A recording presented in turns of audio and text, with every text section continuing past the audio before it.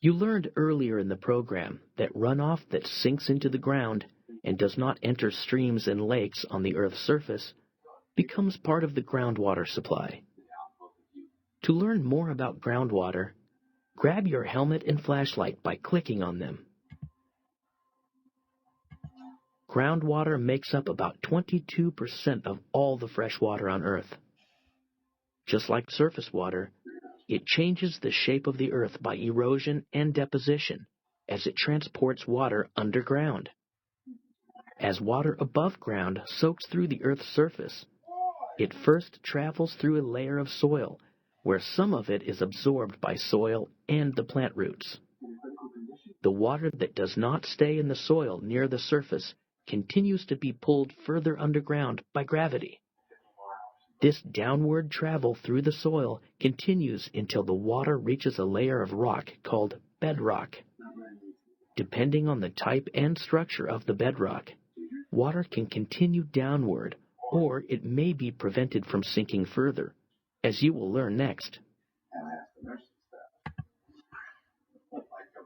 Bedrock can be made of various types of rock, and this influences whether water can pass through or not.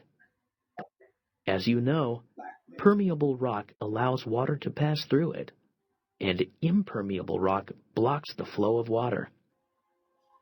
Limestone is an example of permeable rock, while some forms of granite are examples of impermeable rock. Studying groundwater and rock layers is not always straightforward.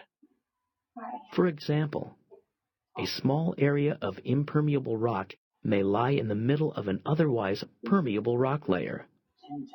Likewise, a permeable layer may lie in between two layers of impermeable rock.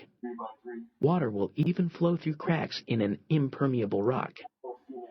In general, keep in mind that water will continue working its way downward until it hits an impermeable layer.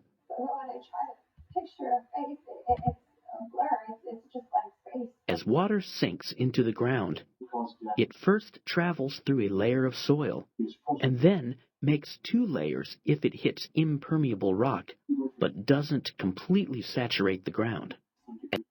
These layers are called the zone of aeration and the zone of saturation. The zone of aeration is the layer of rock in which all of the spaces between rock particles are filled with air. The zone of saturation is a layer of rock in which the open spaces between the rock particles are filled with water. Water first flows through the zone of aeration and continues to flow downward until it reaches an impermeable rock layer, where it begins collecting in tiny open spaces, known as pores, within the zone of saturation. The top of the water level between the two permeable rock layers is what is known as the water table. The water table is the upper limit of the zone of saturation. The water table is not a fixed point. It rises and falls depending on the amount of water being added or removed, which you will learn more about later.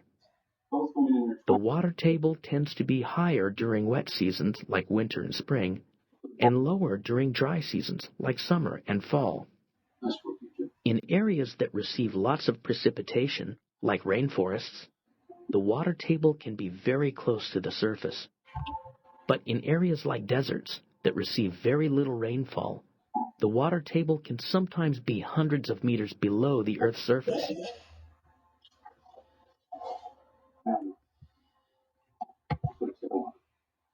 You might think that once water sinks into the ground and collects in rock layers far beneath the surface, that it does not move around like surface water. Actually, groundwater flows through a network, just like surface water.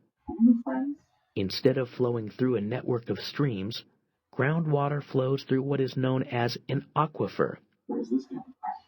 An aquifer, which is located in the zone of saturation, is a network of pores in permeable rock beneath the Earth's surface that stores water. Aquifers can be extremely large, but they do not have an unlimited supply of water. Aquifers have to be refilled if water is removed from them by pumping or as water flows through the network of pores toward the sea. Aquifers are refilled or recharged when runoff sinks into the ground from the Earth's surface. The areas in which this happens are called recharge zones.